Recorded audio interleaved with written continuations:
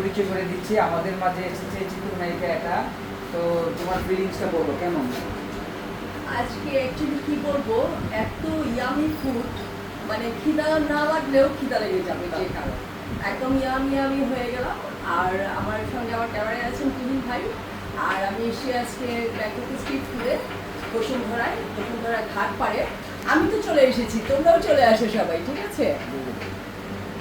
ইনশাআল্লাহ। তোমার কেমন অনুভূতি বলো? অনেক চমৎকার অনুভূতি, কারণ এত সুন্দর খাবার, খুবই টেস্টি।